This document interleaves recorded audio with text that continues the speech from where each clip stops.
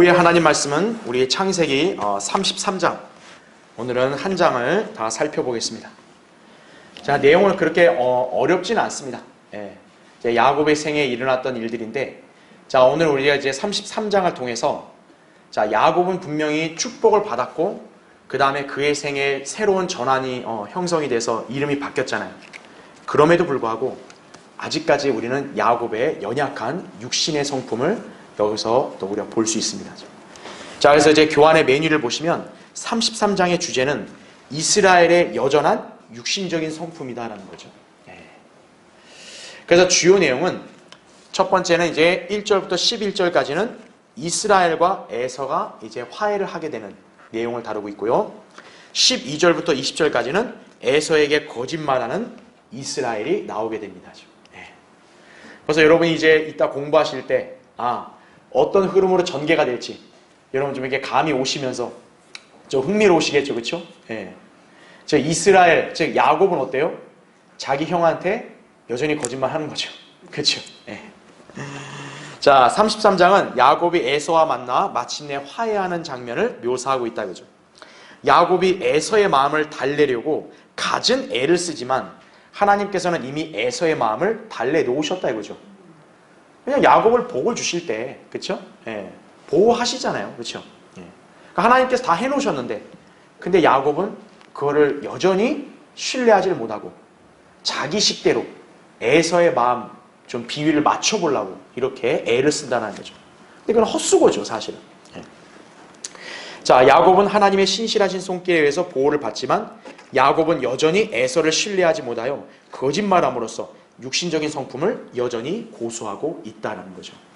이게 인간의 연약함입니다. 그러니까 구원받은 성도도 늘 이러한 육신의 옛 본성, 성품은 여전히 남아있을 수 있어요. 그래서 성도라 할지라도 연약한 부분이 있다 이거죠. 그러나 우리가 알아야 될 건 뭐냐면 이런 연약한 성품에 따라서 행동하는 것은 이제는 바뀌어야 된다는 얘기죠. 시간이 흐를수록 이제는 성숙한 성도로서의 모습으로 자꾸 변화되고 그렇게 나아가야 된다는 얘기죠. 자, 오늘 이제 이스라엘의 이 에서와 화해하는 내용, 또 이제 에서로부터 어떻게 분리하는지 이 내용에 대해서 살펴보겠습니다. 자, 먼저 1절부터 7절을 보겠습니다. 자, 야곱이 눈을 들어 보았더니 보라, 에서가 400명을 거느리고 오는지라. 야곱은 자식들을 나누어 레아와 라헬과 두 여종에게 맡기며 여종과 그들의 자식들을 맨 앞에 두고 레아와 그녀의 자식들은 그 뒤에, 그리고 라헬과 요셉을 맨 뒤에 두더라. 그는 그들을 앞서 나가서 자기 형에게 가까이 갈 때까지 땅에 7번 절하니라. 에서가 달려와서 그를 만나 얼싸안고 그의 목에 마주대며 입 맞추고 그들이 울더라. 에서가 눈을 들어 여인들과 아이들을 보고 말하기를 너와 함께한 저들이 누구냐 하니 그가 말하기를 하나님께서 형님의 종에게 은혜로 주신 자식들이니라 하니 그때 몸종들이 자기 자식들과 함께 가까이 나와 절하더라. 레아도 자기 자식들과 가까이 나와서 절하고 뒤에 요셉과 라헬도 가까이 나와서 절하더라. 이렇게 말씀하고 있는 거죠. 자, 먼저 교환을 보세요. 첫 번째 1번을 보시면, 자, 에서가 이제 야곱을 만나러 오는데 400명을 거느리고 옵니다. 그랬더니 야곱은 자식들을 나누어서 나름대로 배치를 하는 거죠. 진영을, 그렇죠? 근데 야곱은 지금 천사를 만나서 축복을 받은 상황이잖아요. 그럼에도 불구하고 여전히 야곱은 하나님을 신뢰하는 게 아니라 자기 머리를 신뢰하고 있다는 사실에 우리가 주목을 해야 됩니다. 지금 이렇게 자기 가족을 이게 여러 진영으로 나눈 거, 이거는 하나님에게서 온 게 아니라 자기가 분명히 머리 굴림으로 해서 나온 계획이잖아요. 지금 실제 상황이 닥칠 때도 어떤 거예요? 야곱은 자기 머리로 계획 세운 이대로 하고 있는 거예요. 자, 그래서 괄호 1번 보시면 야곱은 하나님을 비롯해서 그 누구도 신뢰하지 않았고 오직 자신의 머리만을 믿고 있다는 거죠. 그는 순간 위기의 상황에 닥쳤다고 생각하자 즉시 자기가 이전에 세웠던 육신적인 계획을 가동하게 된다는 거죠. 바로 여종과 자식들을 맨 앞에, 레아와 자식들을 그 뒤에, 라헬과 요셉을 맨 뒤에. 그러니까 야곱이 사랑하는 차별에 따라하게 둔 거죠. 그렇죠? 자, 괄호 2번 보시면 야곱의 이런 행동은 마치 하나님께서 자신의 기도를 친히 이루시는 게 아니라 스스로 기도 응답을 받으려고 애를 쓰는 것과 같다는 거죠. 자, 하나님께서 야곱을 복을 주시고 또 야곱을 이스라엘로 바꿔주셔서 이렇게 철저하게 야곱과 그 씨를 지키신다면 하나님께서 못하실 게 뭐겠어요? 근데 지금 야곱이 하는 행동은 마치 뭐와 똑같냐면 하나님이 그걸 하실 수 없어. 그러니까 이거는 내가 해야 돼. 그러니까 기도는 했지만 하나님이 이거는 온전히 그분이 절대적으로 다 홀로 할 수 없고 내가 좀 도와드려야 된다. 약간 이런 식인 거예요. 여러분, 믿음이 없고 하나님을 신뢰하지 않는 사람들이 바로 그런 생각을 갖고 있다는 걸 아셔야 돼요. 기도했으면 주님께 온전히 모든 걸 맡기고 주님이 정말 능력에 따라서 놀랍게 일하실 거다. 그렇게 기다리면 되는데 그게 아니라 초조하고 주님이 마치 못할 것 같고 자기가 뭘 좀 주님과 함께 해줘야 되겠고 이러한 불안과 또 이렇게 초조함에 사로잡힌다는 얘기죠. 즉 야곱은 뭡니까? 하나님이 나를 보호해준다 했는데 하나님이 친히 보호하시기는 어려울 것 같으니까 내가 좀 스스로를 뭘 보호를 해야겠다. 그래야 하나님도 나의 기도를 응답하셨다라고 얘기할 수 있지 않겠냐. 인간이 그런 심산인 거예요. 자, 그러나 야곱의 이런 계획은 결코 기도 응답과는 아무런 상관이 없다라는 거죠. 이는 하나님께서 야곱을 이스라엘로 이름을 바꿔주시기 전에 야곱이 스스로 내놓은 계획이었기 때문이다라는 거죠.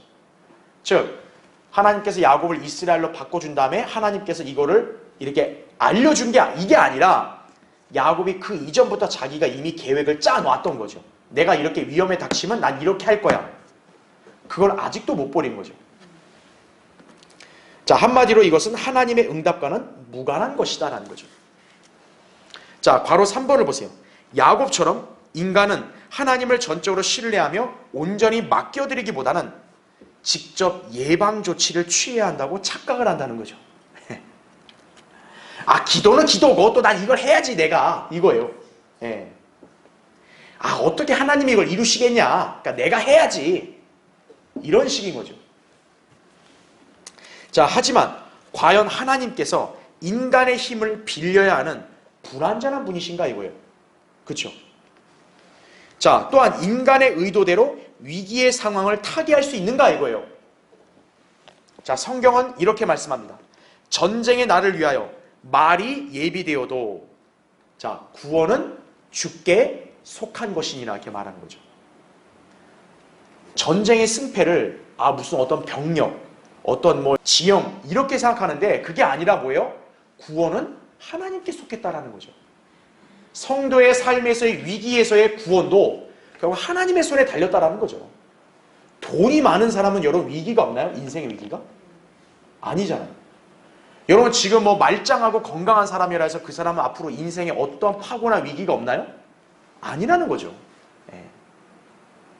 구원과 보장은 하나님에게 달려있다라는 거죠. 예. 잠언 21장 31절에 그렇게 말씀하고 있는 거죠. 자, 2번을 보세요. 자, 3절에 이렇게 나옵니다. 그는 그들을 앞서 나가서, 그러니까 야곱이 이제 앞서 나간 거예요. 자기 형에게 가까이 갈 때까지 땅에 7번 절하니라 이거죠. 아, 야곱 아주 그냥 초조하죠. 그죠? 급하죠. 아유, 살려주세요, 살려주세요, 살려주세요. 그냥 막 땅에 7번 절을 하는 거예요. 야곱이 자기 육신을 신뢰한 결과가 무엇입니까? 바로 사람을 두려워하는 거죠. 이게. 자기가 그렇게 계획도 다 짜놨는데 그럼 그대로 하면 되잖아요. 근데 자기가 세운 계획조차도 지금 신뢰를 못하는 거예요. 그래서 이게 사람을 신뢰하거나 육신을 의지하는 것이 얼마나 헛된지를 보여주는 거예요. 야곱이 그렇게 다 계획을 자기가 세워놨어도 결국 뭐예요? 살려달라 이거예요. 나가서 아 제발 좀 살려주세요. 땅에 7번이 절하는 거예요. 자, 괄호 1번 보세요. 일단의 주석가들은 지금 이 행동에 대해서 야곱의 진실한 예절과 호의라는 식으로 억지 해석을 합니다. 얼마나 한심한 그 주석가들이에요. 예. 왜냐하면 야곱이 그래도 유명한 인물이니까 설마 야곱이 이렇게 비굴한 사람이겠냐, 이렇게 비굴하게 했겠냐, 이렇게 오해를 하는 거예요. 그러니까 야곱이 지금 에서한테 7번 절한 거는 최대한의 가장 좋은 예절이다. 여러분 그 해석이 맞을까요? 전혀 성경에 그런 게 없죠.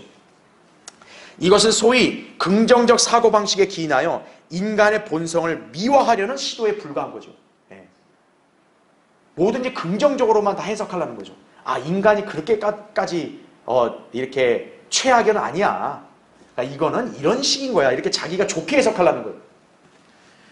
자, 그런데 우리가 알아야 될 게 뭐냐면 야곱이 정말 이렇게 예절을 잘 표현하는 사람이라면 훗날요 이집트 왕 파라오 앞에 섰을 때도 그럼 이렇게 해야 될 거 아니에요. 근데 창세기 47장 7절에 따르면 야곱은 당시 최강대국 이집트 왕 앞에서는요 이런 행동을 안 합니다. 오히려 야곱은 당당하게 파라오를 축복을 해요. 그러니까 우리가 알아야 될 게 뭡니까? 야곱이 진실한 이렇게 예절 표현을 해서 이렇게 한 게 아니다라는 거죠. 그렇죠? 지금 이집트 왕 파라오 앞에서는 자기가 오히려 그런 절도 안 하고 당당하게 축복을 하는데 왜 자기 형 앞에서는 이렇게 쩔쩔매고 7번 절하냐 이거예요. 자, 성경에서 뭐라 그랬어요? 왕을 존경하라고 베드로전서 2장 17절에 나오잖아요. 오히려 성경적으로 본다면 야곱은 지금 자기 형한테 이렇게 절할 게 아니라 파라오 앞에서 절을 해야죠. 파라오는 왕이니까. 근데 정작 야곱은 파라오 앞에서는 이렇게 안 하고 지금 자기 형 에서 앞에서는 막 7번 절하는 거예요. 그냥 막 머리가 그냥 닿을 정도로. 자, 바로 2번 보세요. 야곱은 여전히 뭐하고 있어요? 두려워하고 있는 거예요. 그리고 하나님을 불신하고 있다는 거죠. 왜? 이렇게까지 안 하면 나 죽을지도 몰라. 이런 거예요. 주님께서는 분명히 야곱을 축복하셨는데도 야곱은 지금 이 사실을 온전히 믿지 못하는 가운데 긴장과 불안에 휩싸여 있는 거죠. 그러니까 자기가 죽고 싶진 않고 뭔가 불안하니까 이렇게라도 해야겠다 이거예요. 이거죠. 자, 이유가 무엇일까요? 잠언 29장 25절에 나온 말씀이 사람을 두려워하면 덫에 걸리나 이거죠. 주를 신뢰하는 자는 누구나 안전하리라 이거죠. 그러니까 하나님을 신뢰하면은 불안할 이유가 없는 거예요. 안전하니까. 근데 지금 야곱은 하나님을 두려워하지 않고 하나님을 신뢰하지 않고 자기 형 에서에 대한 그런 공포와 두려움에만 사로잡혀 있는 거죠. 그러니까 그거 덫에 걸리니까 어떤 거예요? 이렇게 비굴한 자세를 보이는 거죠. 7번 전하는 거예요. 자, 밑에 괄호 3번. 야곱이 자신의 육신을 신뢰하여 나름대로 예방 조치를 마련했음에도 불구하고 여전히 두려움에 사로잡혀 있다라는 거죠. 자, 이로써 육신은 신뢰할 대상이 되지 못한다는 것을 보여주는 방증이라는 거죠. 이게 바로. 자, 다음 페이지요. 야곱은 위기의 상황에 전혀 그 육신이 아무런 도움이 됐어요? 못 됐어요? 되지 못한 거예요. 그런 그가 취할 수 있는 행동은 뭐냐?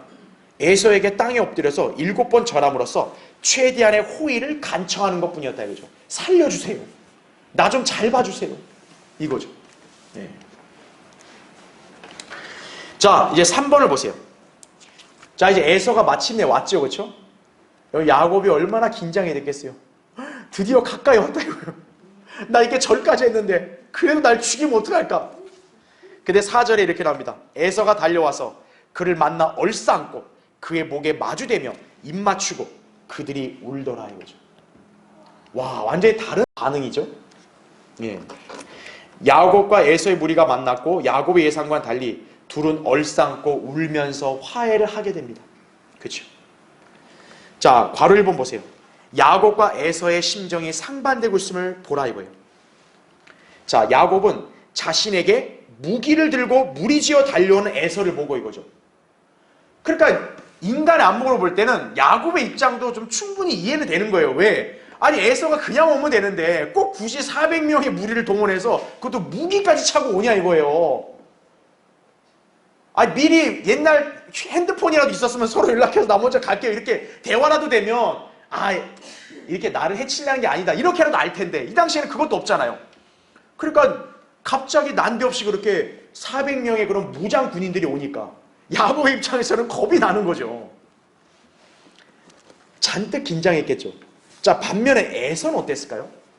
에서가 야곱을 만나러 그렇게 갈 때 과연 에서가 진짜 야곱 생각처럼 막 분노해서 갔냐?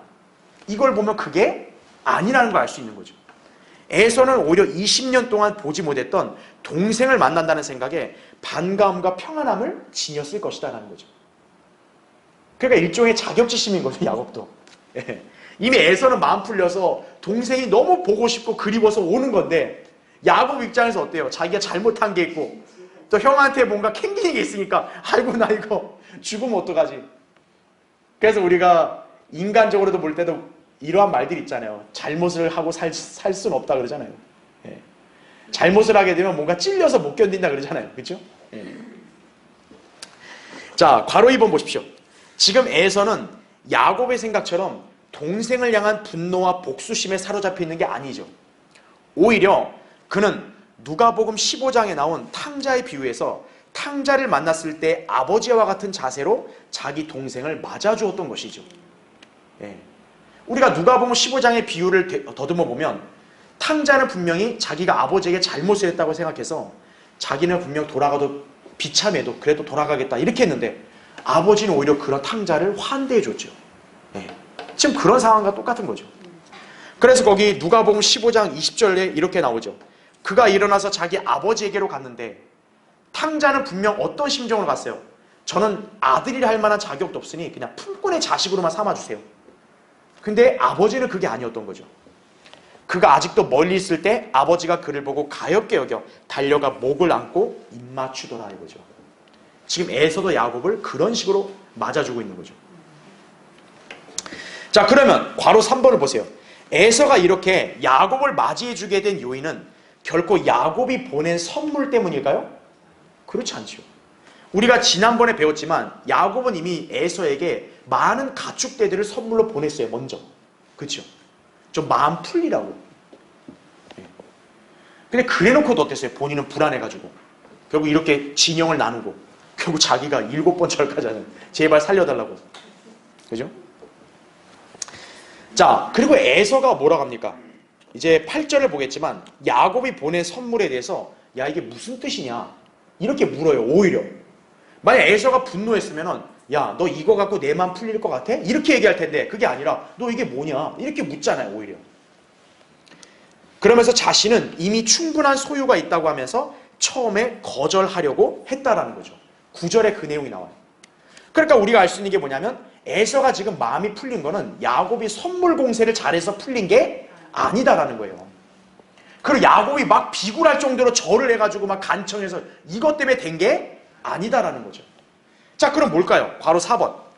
에서의 마음을 미리 달래놓고 야곱을 평안함으로 맞이하도록 예비하신 분은 바로 야복 강가에서 야곱을 축복하셨던 하나님이신 것이다라는 거죠. 하나님께서 에서의 마음을 다 달래놓으셨다는 거죠. 그러면서 어때요? 야곱을 축복했기 때문에 절대로 에서가 야곱을 해를 가하지 못하게 막으시는 거죠. 창세기 32장 29절에. 자, 야곱의 기도 응답은 스스로 행한 육신적인 계획이 아닌 하나님의 능력과 인도하심으로 이루어진 것이다라는 거죠. 그래서 제가 지난주에도 여러분에게 언급할 때 뭐였어요? 우리가 아무리 육신적으로 뭔가 생각을 하고 계획을 세우고 나름대로 대처 방안을 마련해도 하나님은 우리가 육신으로 이렇게 고안해낸 거를 쓰세요, 안 쓰세요? 안 쓰신다라는 거예요. 그렇기 때문에 육신적으로 막 이렇게 싸매고 막 이렇게 골몰하고 이게 정말 어떻게 보면 쓸모없는 거예요. 무익한 거예요. 결국에는 하나님께서 그분의 방법대로 보호하시고 인도하시잖아요. 예. 그러니까 성도는 그걸 신뢰하고 하나님의 인도하심을 기다리면 되는데 인간은 인내가 부족한 거예요. 그리고 불안한 거예요. 그러니까 뭐라도 해야겠다 이거죠. 하나님께서는 그런 상황에서는 일하실 수 없는 거예요. 그렇죠? 지금 결국 에서가 야곱을 해치지 못하게 했고 또 야곱과 화해하게 된 것은 하나님께서 역사하신 것이지 야곱이 무슨 육신적으로 머리를 잘 굴려서 된 게 아니다라는 거죠. 그래서 우리는 육신을 의지하면서 일하는 것, 이것은 정말 쓸모없는 거다. 이걸 기억해야 돼요. 자, 괄호 5번. 이제 5절부터 7절에서는 야곱의 가족과 에서가 대면하고 인사하는 내용이 이어지죠. 그러자 이제 모두 안심을 하게 됩니다. 자, 이제 8절부터 11절 보세요. 에서가 말하기를 내가 만난 이 모든 때는 무슨 뜻이냐 하니, 그러니까 야곱이 선물 공세 보낸 걸 이게 무슨 뜻이냐 그런 거예요. 그가 말하기를 이것들은 내 주의 면전에서 은혜를 얻고자 함이니이다 하니, 에서가 말하기를 내 아우야 나는 내게 있는 것으로 충분하니 내 소유는 내가 가지라 하더라. 야곱이 말하기를 아니니이다. 이제 내가 형님 면전에서 은혜를 얻었사오면 간구하오니 내 손에서 선물을 받으소서. 이는 내가 형님의 얼굴을 배우니 마치 내가 하나님의 얼굴을 본 것 같사오며 형님께서 나를 기뻐하심이니이다. 하나님께서 내게 은혜를 베푸시니 나도 충분하나이다. 내가 간구하오니 형님께 드리는 나의 축복을 받으소서 하고 그에게 간구하니 그가 받으니라 이거죠. 예. 야곱은 뭐 아주 이렇게 일단 화해했지만 형님 그래도 받으십시오. 형님을 본 게 내가 하나님 얼굴을 본 것 같습니다. 이게. 그렇죠? 야곱은 말도 참 잘하지, 그죠? 자, 거기 보세요. 교환에 1번. 자, 내가 만난 이 모든 때는 무슨 뜻이냐? 이거죠. 자, 야곱이 보낸 선물은요, 그 당시에 550마리 이상의 가축입니다. 그리고 새끼들까지 한다면요, 훨씬 푸짐하겠죠. 창세기 32장 14절 15절을 근거해 본다면 기본 550마리의 가축을 보낸 거예요. 여러분 그 선물 얼마나 크겠어요? 그렇죠? 예. 근데 그 새끼들까지만 갖다 해보면 더 많겠죠. 자, 야곱이 이렇게까지 에서한테 선물을 보낸 것은 은총을 얻고자 함이죠. 형님한테 은혜를 받고 싶다 이거예요. 자, 여기서도 야곱의 육신적인 성품은 여전히 엿보이는 거죠. 자, 괄호 1번 보세요. 에서는 9절에 이렇게 얘기하죠. 나는 내게 있는 것으로 충분하니 네 소유는 내가 가지라고 하면서 야곱의 선물을 거절한다 이거죠. 그러나 야곱은 어떻게든 선물을 주려고 강권을 해요. 이때 야곱이 하는 말을 주목하라 이죠. 내가 형님의 얼굴을 배우니 마치 내가 하나님의 얼굴을 본 것 같사오며 이거죠. 예. 아주 엄청난 그런 아부죠, 그렇죠? 예. 사실 야곱이 하나님의 얼굴을 본 건 맞죠. 왜냐하면 주의 천사를 만났잖아요. 그래서 하나님을 대면했다 그랬잖아요. 그러니까 나는 하나님을 본 사람이다. 이거에 대한 어떤 자신감을 갖고 담대함을 갖고 나는 그렇게 복을 받은 사람이다. 이렇게 떳떳할 수 있는 건데 지금 야곱은 에서가 너무 무서우니까 에서를 보고 에서가 이렇게 잘해주니까 내가 형님 본 게 하나님의 얼굴을 본 것 같다고. 예. 그러니까 이게 육신이 연약한 거죠. 그렇죠? 자, 괄호 2번을 보세요. 지금 야곱은 형과 화해한 상태에서도 여전히 에서로부터 은혜를 얻고자 애를 쓰죠. 8절에. 여러분 이렇게 둘이 얼싸안고 입 맞추고 울 정도면 이거 완전히 풀린 거잖아요. 그래도 야곱은 지금 계속 어느 마음 한구석에는 불안한 거예요. 예. 혹시나 에서가 변심한다든지 하는 불안감이 잠재해 있었던 것으로 보인다 이거죠. 이것은 야곱이 여전히 하나님을 온전히 신뢰하지 못하기 때문에 보일 수 있는 반응이기도 하다라는 거죠. 자, 신약에서 이와 연관돼서 어떤 구절을 볼 수 있냐? 야고보서 1장 6절이죠. 오직 믿음으로 구하고 아무것도 의심하지 말라. 의심하는 자는 뭐라 그래요? 마치 바람에 밀려 요동하는 바다 물결과 같은 이거죠. 그러니까 야곱이 주님께 간구했잖아요, 축복을. 그럼 믿음으로 구했으면 의심 없이 받은 걸로 믿고 그러면 되는데 의심을 자꾸 하는 거죠. 그래도 형이 나를 해하면 어떡하지? 그러니까 막 이리저리 흔들리는 거죠. 이렇게 화해의 그런 제스처, 그런 표시까지 받는데도 불구하고 제발 좀 받으세요. 예, 이거죠. 자, 2번 보십시오. 내가 간구하오니 형님께 드리는 나의 축복을 받으소서 하고 그에게 간구하니 그가 받으니라 이거죠. 자, 여기서 우리는 선물을 대하는 에서의 자세도 엿볼 수 있습니다. 자, 여러분 이걸 그냥 육안으로만 보면 그냥 에서가 선물 받은 것은 야곱이 하니까 그냥 어쩔 수 없이 받은가 보다 이렇게 생각할 수 있는데 여러분 여기서 우리가 에서의 어떤 성향을 볼 수 있는 거예요. 자, 밑에 괄호 1번 보세요.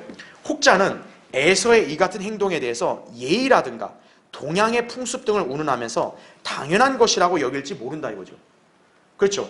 우리 사람 사이에서 야 그런 거 너무 거절하는 것도 예의가 아니야 뭐 이런 얘기 하잖아요. 그런데 우리는 성경의 용례가 중요하죠. 성경에는 선물을 거절하는 사례가 여러 군데가 나옵니다. 자, 일례로 보면요. 여러분 엘리사 있죠, 엘리사. 엘리사가 시리아 장군 나아만의 문둥병을 치유해 줬을 때 나아만이 선물을 보냈죠. 근데 엘리사는 그 선물을 받아요? 안 받고 거절을 하죠. 열왕기하 5장에 보면. 예. 그럼 엘리사는 그 예의가 없는 거네요? 그게 아니라는 거죠. 그 다음에 우리가 잘 아는 아브라함, 다음 페이지 보시면 아브라함도 소돔 왕이 선물을 줬을 때 어떻게 했습니까? 아브라함은 그 선물을 거절했죠. 특히 아브라함은 대단한 믿음의 고백을 하면서 거절했죠. 여러분 배운 거 기억 더듬어 보시면 왜 아브라함이 거절한 거예요? 만약에 내가 당신 선물을 받으면 내가 이 전쟁에서 이긴 것이 마치 나의 능력으로 된 것처럼 보일 수 있다 이거죠. 나는 하나님께로부터 온전한 도움을 받은 거기 때문에 어떤 인간이 거기에 끼는 걸 원치 않는다. 이런 식이었던 거죠. 예. 그러니까 하나님께 온전한 영광을 위해서 나는 안 받겠다. 거절한 거죠. 자, 다니엘도 어땠어요? 그 바빌론의 마지막 왕 벨사살이 매혹적인 제안을 했을 때 거절했었죠. 내가 그 해석은 해주겠지만 그냥 선물 이런 거 다 당신 다 가지라고 이러죠. 예. 처럼 성경에는 선물을 거절한 사례들이 여러 군데 나온다는 얘기죠. 선물을 꼭 받아야 그게 예의이고 하나님 뜻이다 하고 그런 건 없어요. 자, 그럼 이제 괄호 2번을 보세요. 그럼 에서는 지금 야곱에게 선물을 받았잖아요. 바로 에서의 본성이 뭐냐면 물질적인 호의에 관심 있는 사람이기 때문에 이 사람은. 예. 그러니까 눈에 보이는 물질, 그 다음에 순간적으로 나에게 이익이 되는 것, 이런 거에 에서는 늘 마음이 가 있는 사람이죠. 그러니까 이런 선물이 와면 어떻게 된 거예요? 거절했다가도 어떤 거예요? 그냥 바로 받아버리는 거죠. 자, 그는 충분한 소유가 있었기에 처음에는 거절했지만 야곱이 강권하자 결국 받아들인 것이죠. 근데 우리가 알아야 될 게 뭐냐면 하나님께서 에서의 마음을 풀긴 하셨지만 사실 에서 입장에서는 야곱은 굉장한 잘못을 한 사람이에요. 그렇죠? 야곱 생각대로 에서는 마음만 먹으면 야곱을 죽일 수 있는 그런 위치에 있는 사람이라고요, 사실. 근데 그런 사람이 오히려 자기에게 그런 속임수를 쓰고 그렇게 해를 가한 사람에게서 선물을 오히려 어떻게 하고 있는 거예요? 받고 있는 거죠. 예. 자, 바로 3번 보세요. 반면에 아브라함은 소돔왕이 주는 선물을 받지 않았죠. 그것은 그가 소돔왕을 위해서 막 싸우고 돌아온 상황이었다는 거죠. 자, 오히려 아브라함 입장에서는 충분히 소돔왕의 호의를 받아들일 자격이 있었죠. 왜? 싸움 다 끝났고 이미. 솔직히 그걸 갖다 하나님께서 직접적으로 도우셨다는 걸 간증도 할 수 있어요. 얼마든지. 그리고 이 사람이 고마우니까 선물 준 거 아니겠어요? 받을 수 있어요. 오히려 아브라함 입장에서는. 그럼에도 어떻겠습니까? 하나님의 영광을 위해서 그 선물을 기꺼이 포기했다라는 거죠. 오히려 소돔왕의 입장에서는 무한함을 느낄 정도로 아브라함이 단칼에 거절했잖아요. 그렇죠? 야, 동양사회에서 그거는 예절이 아니야. 이렇게 얘기할 수 있는데 그게 아니라는 거죠. 그게 하나님의 사람으로서 보일 수 있는 아주 아름답고 합당한 반응이었던 거죠. 그렇죠? 자, 괄호 4번 보세요. 그런가 하면 여러분 엘리사 있죠? 엘리사는 왜 나아만에게서 선물을 받지 않았을까요? 바로 왜 그러냐면 엘리사가 있는 이스라엘과 나아만이 있는 시리아는 지금 전쟁 상황이기 때문에 그런 거예요. 예. 적대 관계에 있는 그 사람에게서 선물을 받지 않은 거죠. 그렇죠. 엘리사 입장에서는 어떤 거예요? 하나님의 은혜로 어쨌든 치유가 됐지만 그 사람은 일단 어때요? 하나님의 백성을 대적하는 그 나라의 장군이란 말이에요. 그런 사람에서 선물을 받는다. 이건 어떻게 보면 하나님의 영광을 가릴 수도 있는 거죠. 그러니까 엘리사는 그걸 안 받은 거예요. 자, 그렇게 볼 때요, 에서도 자신에게 손해를 끼친 야곱에게서 선물을 받지 않는 것이 일반적인 심정일 수 있는데 이거죠. 근데 오히려 어때요? 선물을 그냥 받아버리죠. 이로써 에서는 단순히 예절을 지키려는 동기보다는 물질에 마음을 두는 성품이 있었던 것임을 알 수 있는 거라는 얘기죠. 여러분, 에서는 어떤 인물이었어요? 자기 동생이 팥죽 만들어 가져올 때 장자권을 팔아버렸잖아요. 그거 먹는 걸로. 그는 뭡니까? 영적인 축복을 바라볼 수 있는 안목이었고 그냥 순간의 자기 만족, 이런 것들을 택하는 사람이란 말이에요. 그러니까 에서가 바로 그런 성향을 가진 사람이기 때문에 그래서 이 사람은 선물을 그래도 받은 거란 얘기죠. 그러니까 여러분은 그런 관점으로 지금 이 장면을 해석할 수 있어야 하는 얘기예요. 그러니까 에서가 예의상 어쩔 수 없이 받다, 이게 아니라 에서란 인물 자체는 성경에서 뭐라 그랬어요? 아까 우리 오전 설교할 때도 속된 자라 그랬잖아요. 그러니까 받는 거예요, 그냥. 예. 그런 특징을 여러분이 잘 구분하시면 됩니다. 자, 이제 두 번째, 에서에게 거짓말하는 이스라엘입니다. 자, 여러분 이제 12절부터 20절 한번 볼게요. 에서가 말하기를 우리가 길을 떠나가자. 내가 내 앞서 가리라 하니 야곱이 그에게 말하기를 내 주께서 아시거니와 내 자식들은 허약하고 내게 있는 양떼들과 소떼들은 새끼를 베었으니 만일 사람이 하루만 그들을 과도히 몰면 모든 때가 죽으리이다. 내가 간구하오니 내 주께서는 주의 종을 앞서가소서. 나는 내 앞에 가는 가축과 자식들이 견딜 수 있는 대로 천천히 인도하여 세일로 가서 내 주께로 가리이다 하더라. 에서가 말하기를 내가 이제 내게 딸린 사람들 중 몇 명을 내게 남겨두리라 하니 그가 말하기를 무슨 필요가 있나이까? 나로 내 주의 면전에서 은혜를 얻게 하소서 하더라. 그러므로 에서는 그날 세일을 향하여 그 길을 돌이키더라. 야곱은 수콧으로 여행하여 자기를 위하여 집을 짓고 가축을 위하여 우리를 만들더라. 그러므로 그곳의 이름을 수콧이라 부르니라. 18절 야곱이 파단 아람으로부터 와서 가나안 땅에 있는 세겜 성읍 살렘에 이르러 그 성읍 앞에다 장막을 쳤더라. 그가 자기의 장막을 친 들의 일부를 세겜의 아비 하몰의 자식들의 손에서 돈 100개로 샀으며 거기다 제단을 쌓고 그곳을 엘헬로의 이스라엘이라 하였더라. 이렇게 말씀을 하고 있는 거죠. 자, 여러분 이 구절을 읽으면서 뭔가 느끼신 거 없으세요? 지금 야곱이 에서가 같이 가자 하니까 같이 안 간다 그러잖아요. 그렇죠? 그래서 야곱이 또 어떻게 말하는 거예요? 형님 먼저 가면 제가 가겠습니다 이거죠. 근데 에서가 가고 나니까 어떤 거예요? 야곱이 안 가요. 딴 데로 가버린 거예요. 결국 그 순간 어떤 거예요? 또 형한테 거짓말한 거죠. 네. 자, 1번을 보세요. 우리가 길을 떠나가자. 내가 내 앞서 가리라. 나는 내 앞에 있는 가축과 자식들이 견딜 수 있는 대로 천천히 인도하여 세일로 가서 내 주께로 가리이다 라는 거죠. 그러니까 야곱이 거절한 명분이 뭐냐? 가족들이 많다 이거죠. 또 거기 뭐 자녀들 특히 또 아내들은 연약하고 또 가축들도 새끼 베고 이러니까 우리는 이동 거리가 빠르질 않으니 우리가 지금 형님하고 같이 갈 수 없고 형님 먼저 가십시오 이거죠. 그런데 이건 뭡니까? 완전한 속임수죠. 예, 완전한 속임수로 지금 에서에게서 분리하려고 하는 것이. 자, 밑에 괄호 1번 보세요. 야곱은 자신의 가족이 에서의 400명의 무장 군인의 행군 속도를 맞출 수 없다는 이유로 자신의 가족과 가축대는 천천히 가게 해달라고 요청을 합니다. 자, 그랬더니 에서가 그러면 자기 사람 몇 명을 남겨두겠다 이랬어요. 그랬더니 야곱은 그마저도 거절합니다. 그러니까 형의 사람 자체도 아예 남기지 마라 이거예요. 그냥 빨리 가라고 빨리 가라 이거예요. 15절에 나온 말씀대로. 자, 괄호 2번 보세요. 이유가 무엇일까요? 야곱은 애당초 에서와 함께 세일 땅으로 갈 의도가 있었다 없었다? 없었다라는 거죠. 그리고 그의 가족도 마찬가지였다라는 거죠. 즉 다시 말하면 야곱은 지금 마음속에서 에서, 형인 에서와 같이 가서 거기서 잠깐 있고 싶다 이게 없었다라는 거예요. 애당초. 네. 그냥 저는 형하고 같이 안 갈래요. 그냥 여기서 우리 작별 인사하죠. 이렇게 하면 되는데 계속 보세요. 그러나 야곱은 에서에게 정직하게 그 사실을 말하지를 않는 거죠. 단지 자신이 가축과 자식들을 천천히 인도하여 세일로 가겠다고 거짓말합니다. 네. 그러니까 형하고 애당초 갈 생각도 없는데 자기가 천천히 형 따라서 가겠다고. 그러니까 형을 따돌리는 거죠. 자, 괄호 3번 보세요. 따라서 야곱이 에서가 있는 세일로 가겠다고 한 말은 완전한 속임수였다라는 거죠.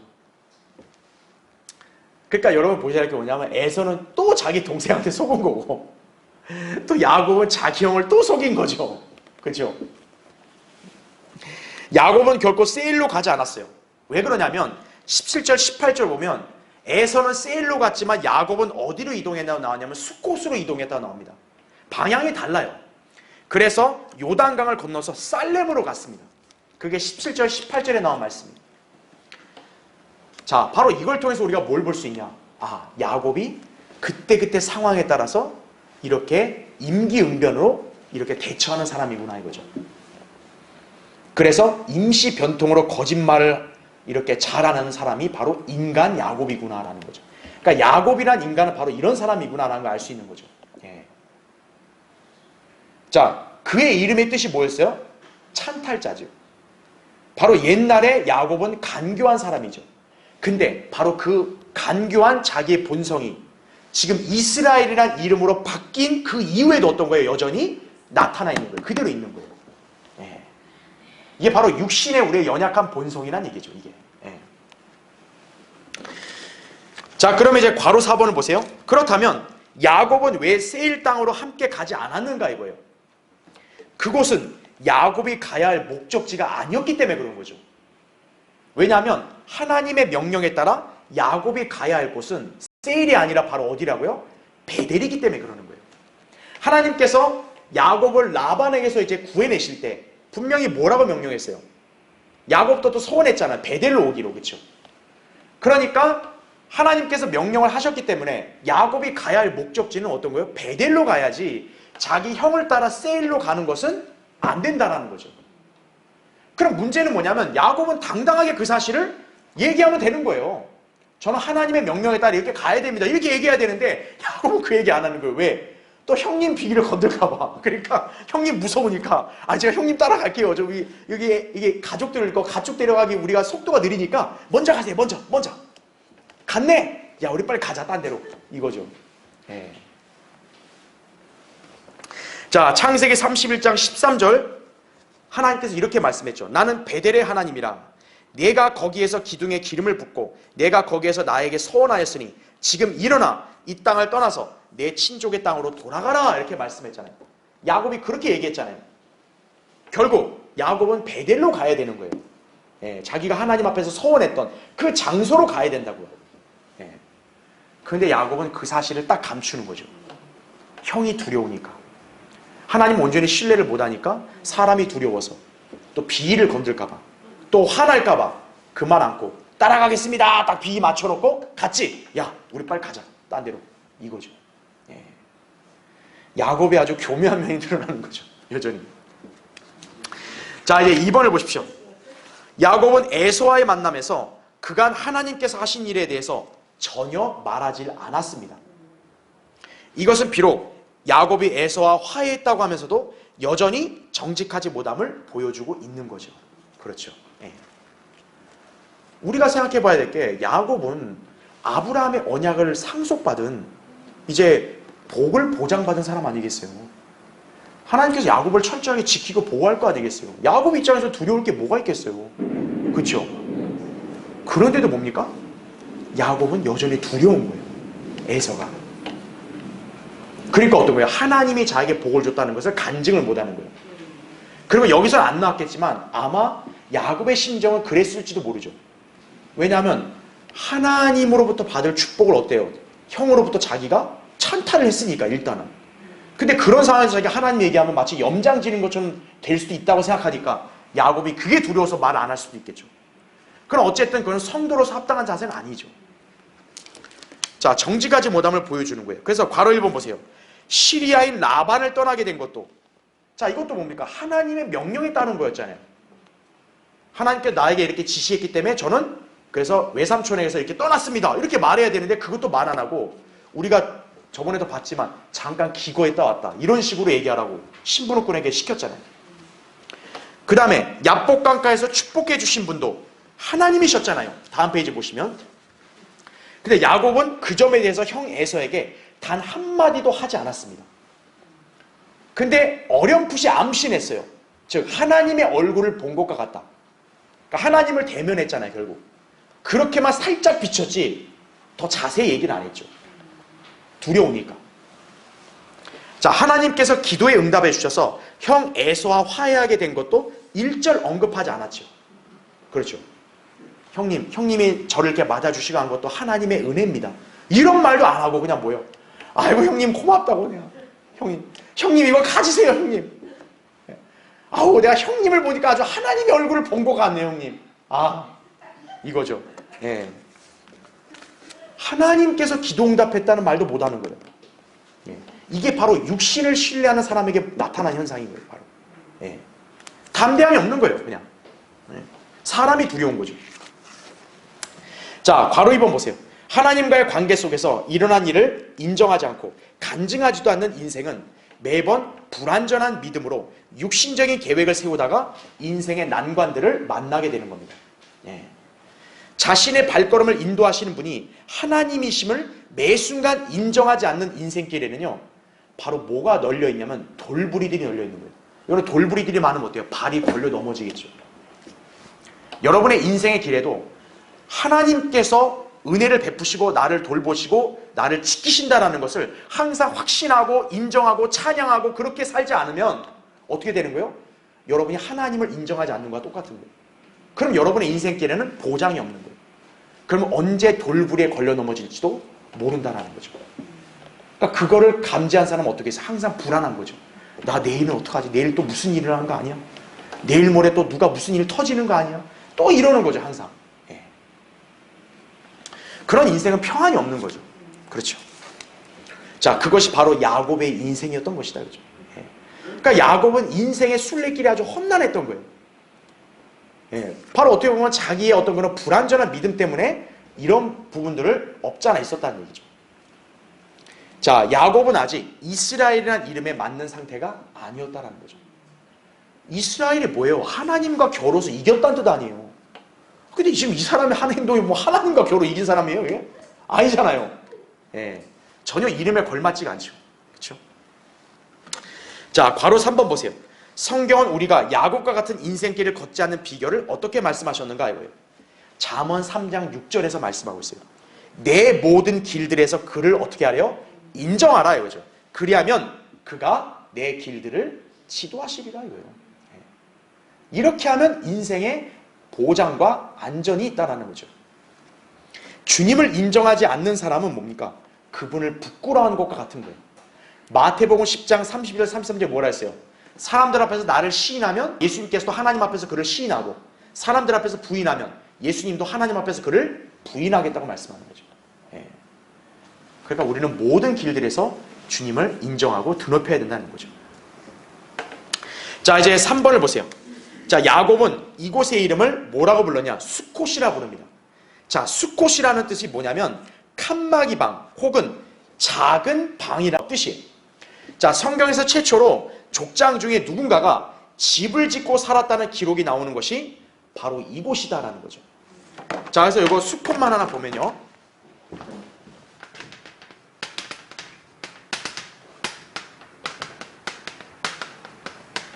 작은 방입니다. 자, 야곱이 지금 이렇게 이동을 하면서 이 지역에 잠깐 기거했잖아요. 그러니까 여기가 작은 방이라는 게 야곱과 그 가족들이 여기서 잠시 머무르는 거죠. 여기서 거하는 거죠. 그래서 이 수콧이 약간 어떤 개념과 연관이 있냐? 임시 거처. 임시 거처. 여러분, 이스라엘 백성, 이렇게 이동을 해야 되는 백성은 임시로 거처할 때 항상 뭐를 짓습니까? 장막을 짓지요. 그렇죠? 그래서 여러분이 아셔야 될 게 뭐냐? 지금 야곱의 이 여정에서 수콧에 와서 있는 거. 여기서 거했죠. 바로 이거는 뭐와 연관이 있다? 장막절과 연관이 있다라고 보시면 되는 거예요. 예. 장막절을 제정한 게 뭡니까? 하나님께서 과거에 이스라엘 백성을 인도해서 이렇게 장막을 치고 살게 하셨던 걸 기억하는 거잖아요. 그렇죠? 그리고 예언적으로는 바로 뭡니까? 이스라엘 백성이 이제 온전히 거한다. 이제. 그렇죠? 장막. 그래서 제가 스가랴 강의할 때도 장막절, 그에 대한 얘기 자세히 했었죠. 그렇죠? 그래서 지금 이 장면, 이것은 바로 예언적으로 또 교리적으로는 천년왕국 때 이스라엘 상태를 예표하기도 한다. 이렇게 보시면 되는 거예요. 바로 이스라엘은 어때요? 이제 장막을 치고 거기에 온전히 거하게 되는 거죠. 마침내 그 험난했던 그런 인생의 길을 통과해서 이제는 안전하게 거하는 거죠. 야곱의 이 상태, 지금 임시거처 장막, 이 부분과 관련해서는 바로 예언적으로는 장막절과 관련이 있다. 이렇게 이해하시면 되는 거죠. 자, 그래서 거기 9절에 나온 대로 열왕기상 4장 25절 보면 솔로몬 통치 기간 때 이스라엘 백성이 안전하게 거했단 말이 나와요. 왜죠? 솔로몬의 통치 기간은 그리스도의 천년왕국을 예표한다고 제가 말씀드렸기 때문에 그런 거죠. 그렇죠? 예. 그래서 천년왕국 기간에 이스라엘이 약속의 땅에 안전하게 거하게 될 일, 바로 이게 수콧에 집을 짓고 살았던 바로 그 사건이 그걸 예표한다. 이렇게 보시면 되는 거예요. 예. 에스겔 34장 25절, 27절, 28절, 스가랴 14장 11절. 바로 여기를 참조하시면 돼요. 이스라엘과 유다가 안전하게 거한다. 바로 야곱이 지금 수콧에서 집을 짓고 살아서 안전하게 거하는 것. 장막절과 연관되어 있다. 그렇게 이해하시면 됩니다. 자, 이제 4번을 보세요. 18절에 야곱이 파단 아람으로부터 와서 카나안 땅에 있는 세켐 성읍 살렘에 이르러 그 성읍 앞에다 장막을 쳤더라. 그 제가 여기 장막이란 말이 나오잖아요. 바로 야곱은 지금 장막을 치고 사는 거예요. 이스라엘 백성은 장막과 연관이 있는 거란 얘기죠. 자, 또한 야곱은 자기가 장막을 친 들의 일부를 세켐의 아비 하몰의 자식들의 손에서 돈 100개로 샀다 이거죠. 그리고 거기다 제단을 쌓고 그곳을 엘렐로의 이스라엘. 이게 무슨 뜻이냐면 하나님은 이스라엘의 하나님이라는 뜻이에요. 예. 하나님을 드높인 거죠. 그렇죠? 자, 근데 5번을 보세요. 야곱이 요단강을 건너서 장막을 친 후에 가장 먼저 할 일은 제단을 쌓는 것이었다 이거죠. 자, 이것은 야곱이 창세기 28장 21절에서 하나님께 한 약속을 나름대로 지키려는 행위였어요. 분명 야곱이 그렇게 약속을 했잖아요. 하나님 앞에 소원했잖아요. 자기가 무사히 이제 나오게 되면 자기가 하나님 앞에 제단을 쌓고 경배를 드리겠다. 이거였죠. 그런데 여러분 보세요. 제가 밑줄을 쳐놨죠. 하나님께서 야곱에게 명령하신 것은 뭡니까? 야곱이 제단을 살렘에다가 세우면 안 되죠. 어디다 제단을 세워야 돼요? 베델이죠. 베델. 베델에서 야곱이 소원을 했잖아요. 베델이라는 뜻 자체가 뭡니까? 하나님의 집이라는 뜻이죠. 성도는 하나님의 집으로 들어가야 되는 거죠. 예. 그러니까 야곱이 하나님 명령에 온전히 순종하려면 바로 어떻게 해야 되는 거예요? 베델로 가서 하나님께 제단을 쌓아야 되는 거예요. 그래야 하나님께 한 소원도 온전히 이행하는 거죠. 근데 지금 야곱은 여기서도 어떤 거예요? 자기 생각대로 소원을 이행하려고 하는 거죠. 하나님께 제단 쌓아야 돼. 하나님 경배해야 돼. 그러니까 여기서 하자. 이렇게 돼버린 거예요. 자, 불완전한 순종. 이거는 순종입니까? 아닙니까? 아니죠. 자, 하나님 앞에 불완전한 순종을 하게 되면 어떤 일이 벌어지는 줄 아세요? 이제 우리가 다음 시간에 보겠지만 야곱의 가족에게 비극이 일어납니다. 여기서 제단 쌓고 여기서 거하는 바람에 어떤 문제가 생기냐? 야곱의 딸인 디나가 그 세켐 그 왕의 아들에게 강간을 당합니다. 예. 결국 그 일로 인해서 어떻게 됩니까? 야곱의 두 아들이 이 세켐 사람들을 아주 그냥 학살을, 다 진멸을 시키죠. 예. 그런 비극이 결국 발생하게 되는 겁니다. 자, 그래서 불완전한 순종을 하게 되면 어떻게 돼요? 나중에 그 사람이 낭패를 당할 수 있다는 거 아셔야 돼요.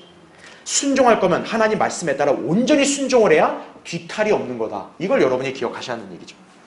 자, 이제 결론적으로 창세기 33장에서 야곱이 하나님의 축복을 약속받고 이스라엘이라는 이름이 주어졌음에도 여전히 자기 육신의 성품대로 행하는 모습을 우리가 보게 됐죠. 이것은 성도들도 경각심을 갖고 교훈을 삼아야 한다는 거예요. 우리가 육신을 신뢰하면 낭패를 당하게 되고 하나님의 자녀다운 간증과 품성을 전혀 보이지 못하게 되는 거예요. 우리는 자신 안에 계신 주 예수 그리스도를 신뢰하며 그분의 도우심과 능력에 따라 살아야 한다는 거죠. 그럴 때 우리는 진정으로 담대하고 강력한 하나님의 성도가 될 수 있는 것이다라는 거죠. 야곱처럼 이렇게 연약한 모습을 보이지 않게 된다는 거죠. 그래서 빌립보 4장 13절에 나오는 말씀이 뭐예요? 내게 능력 주시는 그리스도를 통하여 내가 모든 것을 할 수 있느니라. 이걸 여러분이 기억하시면 됩니다. 자, 다음 시간에 계속하겠습니다.